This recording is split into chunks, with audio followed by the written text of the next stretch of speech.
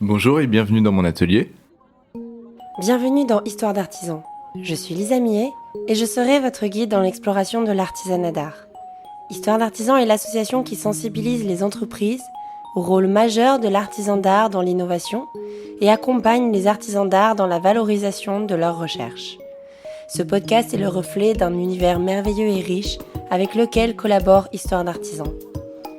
Aujourd'hui, nous accueillons Samuel Latour, artiste sculpteur. Dans ce premier épisode avec Samuel, nous parlons des idées reçues que l'on peut avoir sur le métier de tourneur et le statut d'artiste. N'y a-t-il que le bois que l'on peut tourner ? Peut-on être un artisan et un artiste ?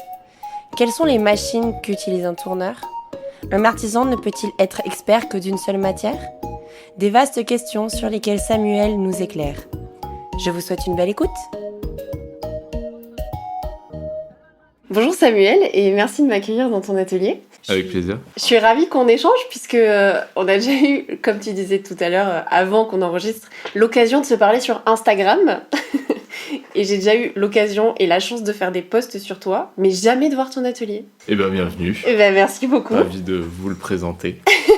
Donc je te propose qu'on commence par la première étape qui est un peu de déconstruire les idées reçues qu'on pourrait avoir sur ton métier, qui est un métier fascinant. D'ailleurs, tiens, tu le décrirais comment ton métier ? Tourneur ? Oui, alors j'utilise le tournage, mais c'est plutôt un moyen. Et moi, je suis sculpteur. Ok, donc toi tu te définis comme sculpteur. Voilà, c'est mon travail, très c'est bien. sculpteur. Et bah parfait. Donc on va un peu déconstruire ces idées reçues du sculpteur qui utilise le tournage. Voilà, d'accord, très bien.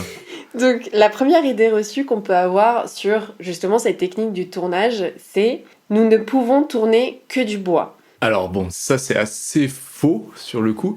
Moi j'ai fait des études de tournage d'art. Donc au début on commençait à travailler avec un tour qui est plutôt un tour de repousseur. Je viendrai après vous expliquer ce que c'est le repoussage, mais on commençait sur du bois effectivement, et après on travaillait plutôt sur la reproduction de bougeoirs en bronze, cette typologie-là d'objets. Et donc oui, non, en fait c'est faux, le tour c'est vraiment un moyen, c'est la mise en rotation d'une pièce. Il y a le tour de potier, donc qui est vertical avec un axe vertical. Le tour à bois, donc lui a un axe horizontal, mais un tour en métal, on peut faire des pièces en métal, on peut repousser le métal, donc on part d'une tôle qu'on va mettre en forme sur un moule. Enfin, il y a plein de manières, et le tour, c'est vraiment un moyen d'avoir une forme ronde, en fait. On peut tourner du calcaire, on peut tourner des matières plastiques. De la pierre. De la pierre, ouais, dont le calcaire, mais oui, la pierre, bon, c'est des matières quand même pas trop lourdes, mais il y a des tourneurs lapidaires, Ouais. donc de pierre. Du coup, c'est des tours qui redeviennent horizontaux parce que vu le poids, on peut pas mettre en rotation des poids assez gros comme ça. Et moi, j'ai un tour de repousseur, par exemple, qui permet de faire du métal par usinage, où on va enlever de la matière, du métal en repoussé, on va mettre en forme la matière, et que j'utilise pour faire du bois. Donc ça n'a vraiment, c'est pas du tout lié à un matériau, c'est plutôt lié à un outil. Ok. Enfin, à des outils, parce qu'il y a le tour, et après il y a toute une batterie d'outils à main, tous différents, qu'on fait soi-même pour arriver à ses fins, quoi. C'est toi qui l'as fait ? Oui, les outils, c'était un peu la première partie de ma formation. Quand j'étais à l'école, c'était de forger l'outil, de lui donner la forme qu'on veut, et du coup, après, on utilisait l'outil. Donc on était tout de suite confronté à son erreur de départ, qui était d'avoir mal forgé l'outil, et du coup, on apprenait à bien le faire, quoi. Et tu le fais parce qu'il n'existe pas de vendeur ou parce que c'est hyper important justement pour personnaliser, il faut faire son propre outil. Oui, il y a deux choses. Par rapidité, des fois j'ai besoin d'aboutir à telle forme, enfin j'ai besoin envie, et donc là je vais un peu retailler mon outil comme ci, comme ça m'arrange. Et après il existe des gens qui font les outils, ça s'appelle les taillandiers. Moi j'ai un bon copain taillandier, et il m'arrive de lui commander des outils, mais en fait c'est vrai que c'est toujours un peu difficile parce qu'il y a cette spontanéité entre le moment où on a besoin de quelque chose et la commande où faut que le copain il ait l'acier, voilà. Bon, bref, ça met une petite distance entre les choses, et donc moi j'aime bien quand même continuer à faire mes outils. Ok. Enfin, je trouve en fait que c'est même extrêmement fondateur d'un métier d'art, c'est de travailler son outil. Et d'autant plus parce que tu as aussi une casquette de ciseleur. Oui. Et j'ai l'impression que dans la ciselure, c'est encore plus développé de faire ces outils. Oui, dans la ciselure, c'est le même principe. On part de l'outil et c'est l'outil au bout duquel on va imprimer un petit mat qui, lui, va réimprimer le mat. Donc, on passe du négatif au positif sur le bronze. Le mat, qu'est-ce que c'est Le mat, donc, ça va être un tout petit piquetage au bout de l'outil qui va, quand on va frapper l'outil, alors on appelle ça un mat, effectivement, parce que ça rend une surface brillante un peu rugueuse. D'accord. Et donc ça va altérer un peu, ça va mettre de la texture là où il n'y en a pas. Ok. Ou en remettre là où il devait y en avoir. Oui, donc si je vulgarise, c'est le décor de l'outil ciselure. C'est ça, ouais. C'est le bout de l'outil, vraiment, qu'on va tailler de la façon dont on veut qu'il imprime sur le bronze. Non, c'est complexe, ça, comme phrase. Là, on a un outil qu'on forge, qu'on va affiner avec des limes, on va venir lui donner la forme qu'on veut. Alors il y a plein de types d'outils en ciselure. Moi je suis pas ciseleur, enfin je l'ai été mais en fonderie, ce qui est encore un peu plus particulier par rapport à la ciselure. Mais en gros on a des traçoirs donc qui vont permettre de faire des lignes droites ou courbes. On a des outils mat et après on a des outils, par exemple en sculpture, on a des outils, des ongloirs. Donc c'est l'outil qui va permettre de faire l'ongle, de nettoyer l'ongle ou d'enlever des petites bulles qui seraient dans le bronze. Donc il y a tout plein d'outils différents qu'on va forger d'abord. Après on les affine à la lime. Après, on vient des fois leur imprimer un motif au bout ou quelque chose qui n'est pas de l'ordre du motif, par exemple le mat. Et après, donc on les trempe, donc on les chauffe à rouge cerise. Quand l'acier est rouge cerise, on le trempe dans un bain d'huile et d'eau.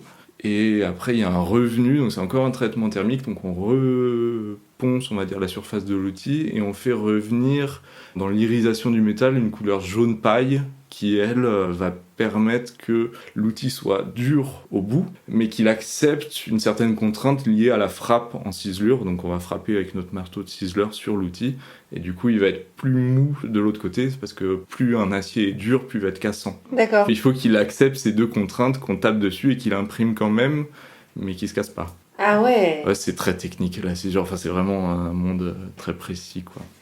Trop bien. Donc, pour revenir à nos moutons, la première idée reçue qui est « nous ne pouvons tourner que le bois », c'est faux. C'est faux, oui. C'est archi faux. Oui, c'est archi faux. On arrête. Dès l'Antiquité, on a du tour sur de la poterie. Et oui, enfin déjà ça. En fait, c'est la même appréhension de la matière. Sauf qu'en tournage sur une poterie, on va déformer la matière. Ouais. On peut déformer la matière aussi sur un tour de métal. Quoique quand en poterie tu fais la partie tournassage, qui est en gros quand ta pièce elle est biscuit, donc elle a été cuite une première fois. Et là t'enlèves de la matière. On enlève de la matière, ouais. Bon bref.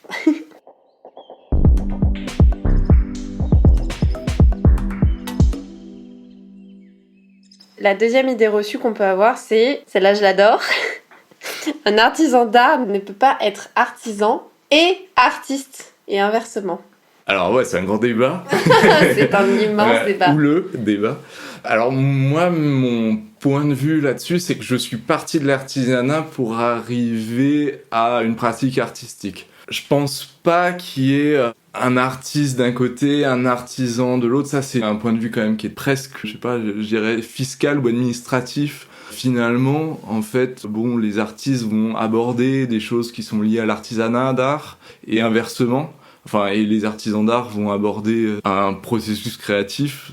Alors moi, c'est assez spécifique parce que je travaille autour de métiers artisanaux un peu éculés, un peu recherchés, que j'amène vers une pratique plastique. Parce que dans ces gestes d'artisans d'art, il y a des gestes plastiques qui sont, à mon goût, très intéressants et donc que j'utilise en fait dans ma pratique artistique. Donc c'est pas indissociable à mon sens, mais je trouve ça bête aussi de les confronter. Ouais, et puis encore une fois, quel est l'intérêt de mettre des étiquettes, quoi? Oui, c'est vrai, c'est un point de vue pour moi administratif. Ouais, c'est ça, c'est vrai. Et qui n'existe pas dans beaucoup de pays en fait. Moi, quand je travaillais en Allemagne, c'était pas tellement comme ça. On passait assez facilement de l'idée de sculpture à l'idée de mobilier, à l'idée de. Enfin, je travaillais pour un designer, mais ça le gênait pas de faire de la sculpture aussi. Ouais. Enfin, il y avait pas cette étiquette de on est designer, on fait que du mobilier. Et donc, moi, je suis un peu à cette charnière-là. Le sculpteur, il fait des sculptures, donc c'est ça appartient plutôt aux beaux-arts. Et en même temps, il utilise ses mains et il travaille avec des matériaux. Donc là, on entre un peu dans l'artisanat d'art. Et voilà, pour moi, c'est connecté. Oui, et puis c'était un sujet, quand j'ai visité le musée Rodin, je me souviens très bien, mais elle est où la limite? Et j'ai visité le musée avec une amie, et moi, j'ai autant regardé les sculptures que les moulures et les escaliers. Et en fait, ça m'arrive vachement dans un musée de peinture, de regarder autant la peinture que le cadre. Et j'ai posé cette question. Mon ami me dit, mais pourquoi tu regardes plus l'escalier que les sculptures? Alors, ce qui était un peu faux. Mais je dis, le bâtiment, il est assez incroyable du musée Rodin. Elle est où la limite, quoi? Ouais. Dans le cas de Rodin, en plus, je crois que il était entouré de plein de collaborateurs, il n'était pas tout seul. Ouais. Donc, déjà, il travaillait pas tout seul, on déconstruit un peu ce mythe du de sculpteur d'art nu tout seul dans son atelier. Et je crois que dans un de ses principaux collaborateurs, c'était un patineur d'une fonderie qui lui donc en fait allait donner la dernière peau de ses sculptures sur le bronze et avec qui il travaillait les couleurs, plein de choses. Et je lisais un livre là-dessus et il travaillait de manière assez proche en fait avec des gens qui sont techniques, on va dire, qui ont un point de vue technique, mais aussi un point de vue créatif, quoi. Mais je pense que même lui, techniquement, on aurait pu l'appeler artisan. Enfin, il avait la technique de l'artisan qui était capable de travailler justement le bronze, le plâtre. Ouais, il y a beaucoup de plâtre. Après, il y a des modèles en terre, des tirages en plâtre. Ouais. Il y a vraiment tout le processus. Mais ils expliquent la cire perdue d'ailleurs dans le musée. Ouais, ça m'étonne pas. C'est très utilisé. Et lui, il y avait aussi un que je trouve intéressant dans son travail, c'est qu'il y a toujours cette trace de la fonderie. On voit ces moules à pièces avec ces coutures entre les parties des pièces.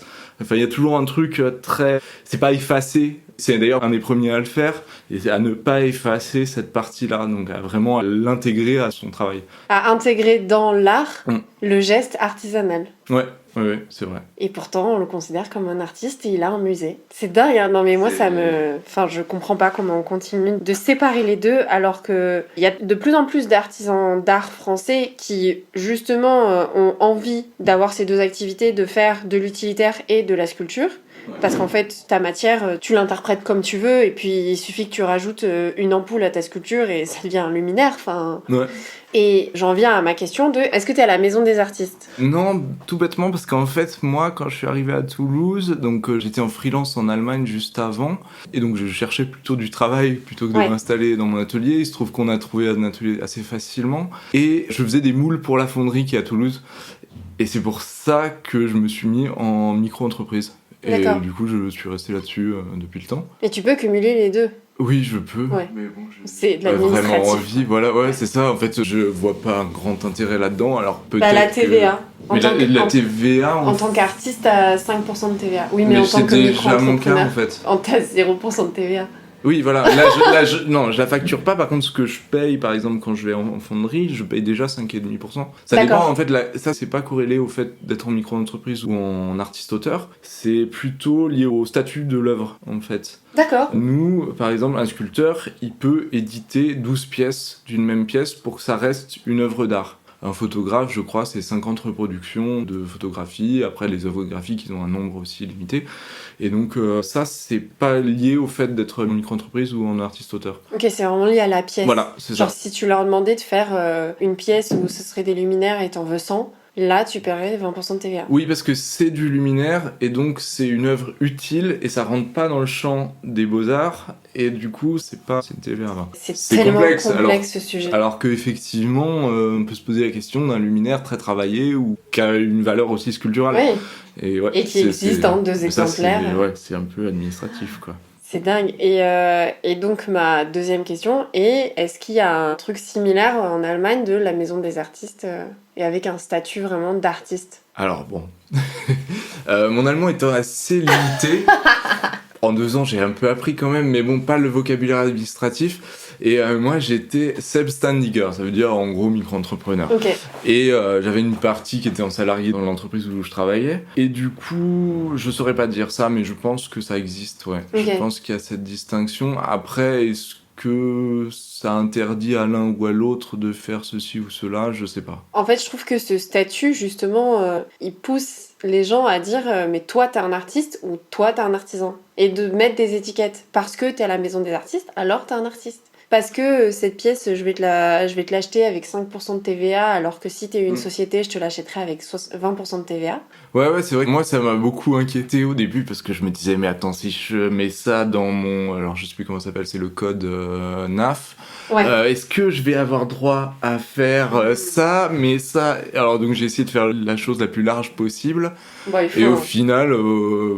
j'ai pas l'impression qu'on m'embête là-dessus, j'ai l'impression d'être dans les clous au niveau de la fiscalité, enfin quand il faut payer ses cotisations et tout, et bon, je pense pas que ça pose un réel problème. Après, c'est vrai que ça met peut-être une barrière un peu pesante de... il existe des artistes et il existe des artisans d'art, pour revenir à ta question de départ.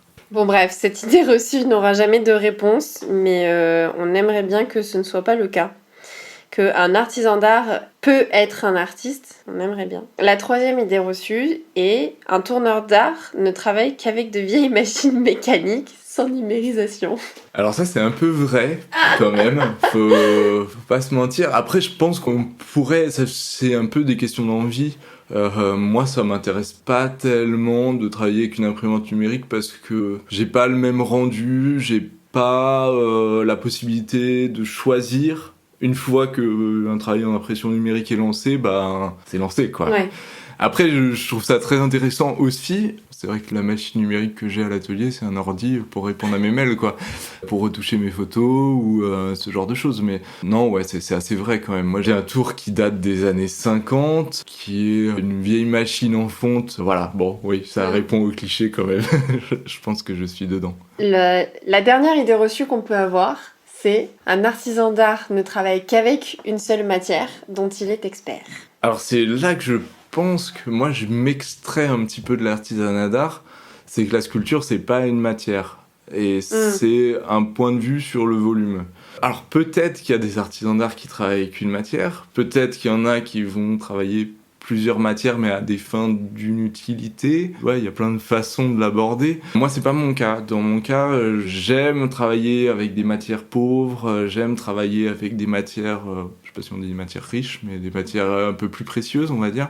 Ouais, j'aime bien aller plonger dans le savoir-faire d'un matériau, ça peut être le plâtre, et de me dire, là, je vais travailler sur du traînage, donc qui est une technique pour faire des moulures. J'aime bien travailler autant la ciselure, où c'est plutôt une approche de la texture, des petits volumes, de la réflexion du métal. Quand tu parles de matière pauvre, tu parles justement du plâtre, et de matière riche, tu parles du bronze? Oui, c'est des matières plus coûteuses, ouais, forcément. On n'appréhende pas la matière de la même façon. On se dit, oula, attends, j'ai investi là un petit peu, je vais faire attention, quoi. Donc la ciselure, c'est le petit geste qui permet de faire attention. C'est pas brutal comme geste, c'est très précis. Le plâtre, si on a gâché 1 kilo, on est malheureux, mais c'est quand même un peu moins grave, quoi. Enfin, on se restreint moins sur du plâtre. Ou sur de la terre, ou la terre, c'est un matériau qu'on peut recommencer indéfiniment, c'est magique. Il y a plein de façons, mais effectivement, non, il n'y a pas un seul matériau, enfin dans mon cas, il n'y a pas un seul matériau pour approcher un artisanat. Très intéressant. Eh ben, écoute Samuel, on a fait le tour des 4 idées reçues qu'on pouvait avoir sur ton métier. Merci beaucoup pour ton temps. Eh ben, merci à toi, Lisa. Et à bientôt. À bientôt.